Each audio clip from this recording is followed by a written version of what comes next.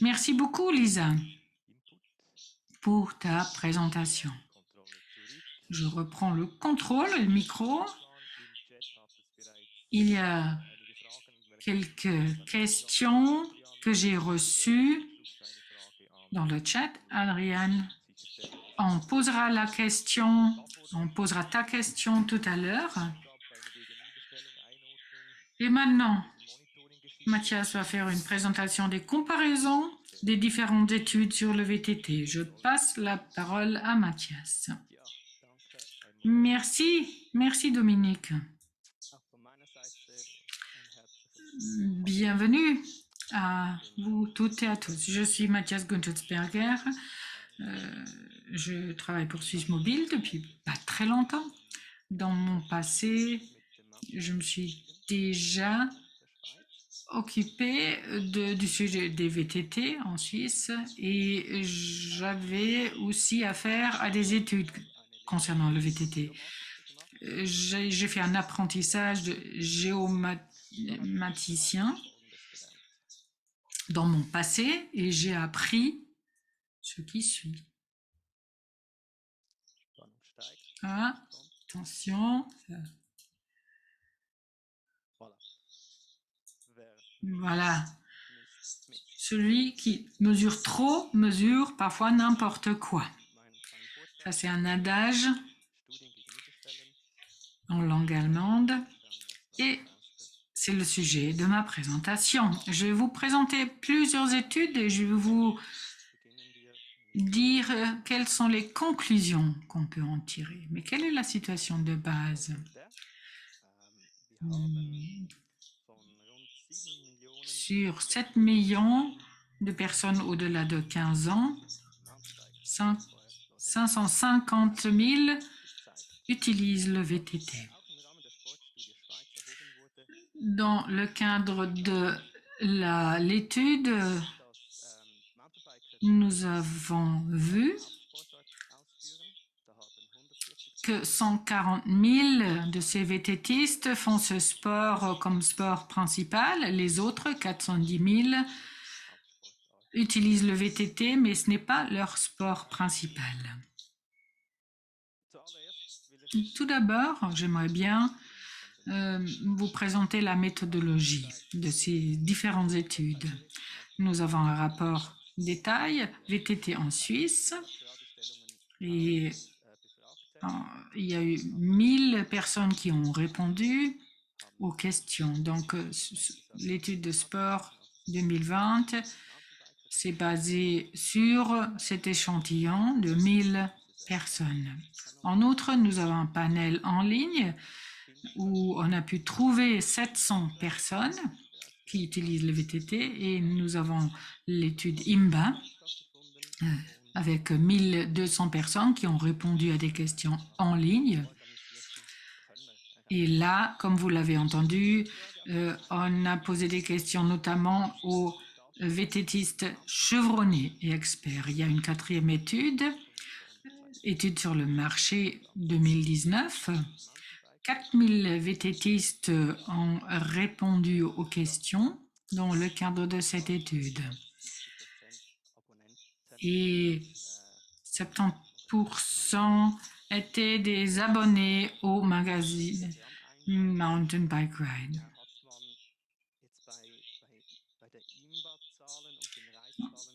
Vous avez les chiffres IMBA et là, les panélistes, les personnes qui ont participé sont surtout des personnes qui utilisent régulièrement le VTT. Ce sont donc des sportifs VTT. Et dans d'autres études, on a aussi essayé d'atteindre des personnes qui font du VTT, mais pas vraiment comme sport principal. Je passe aux différents sexes. Donc, 3/4 sont des hommes, 1/4 des femmes. Voilà, ce sont des choses qui arrivent. C'est la première fois qu'on fait ça. Donc, je suis désolée. Mais où est-ce que j'en étais? Voilà. les chiffres Wright ont donné le même résultat. Donc les 3 études, en fait, nous disent que 3/4 des utilisateurs VTT sont des hommes, 1/4 des femmes. Qu'en est-il de l'âge? Voilà. C'est l'étude de Sport Suisse qui nous indique les âges par rapport à la population générale. Les chiffres IMBA et les chiffres Wright ne correspondent pas au même groupe d'âge, mais l'image dans sa totalité est la même. La moyenne est de 45 ans. Les segments du VTT. Le rapport détaillé reflète aussi des segments différents. Et vous voyez ici les résultats. IMBA a donné les résultats suivants et l'étude Wright ici les segments suivants.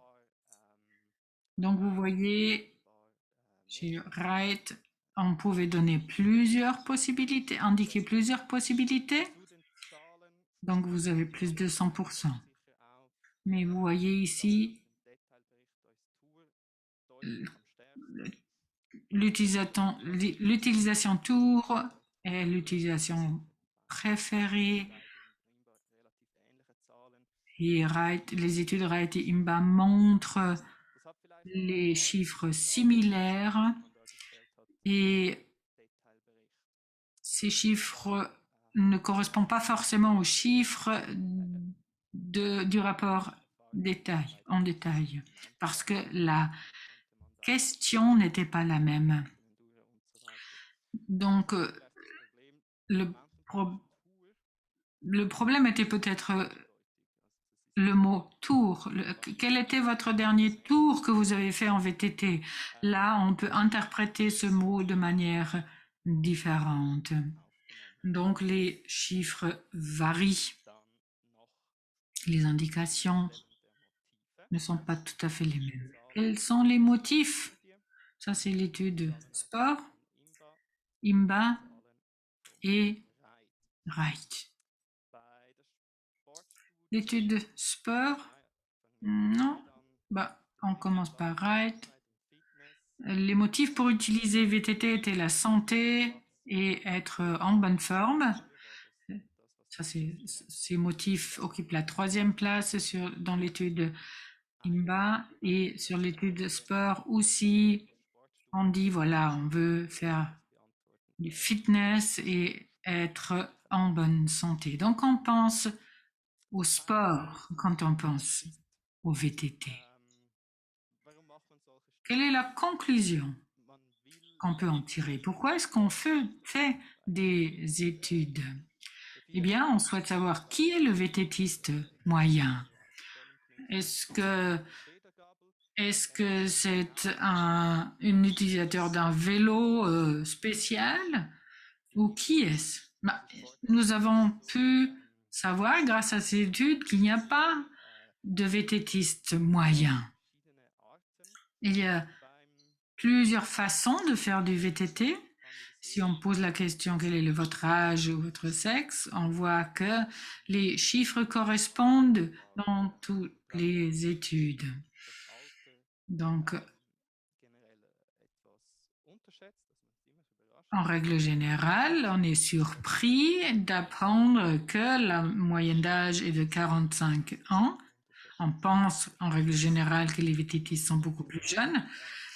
Et aussi, la répartition des sexes est surprenante. Mais tous les autres points sont difficiles à évaluer. Tout dépend à qui on pose la question et comment on pose les questions. Si on regarde les segments et la motivation, on souhaite savoir quels sont les besoins des VTTistes. Et là, il faut réfléchir sur les besoins. Parfois, on les reconnaît facilement, mais ce n'est pas toujours le cas. Parfois, il y a des besoins cachés où il faut avoir une certaine sensibilité pour les repérer.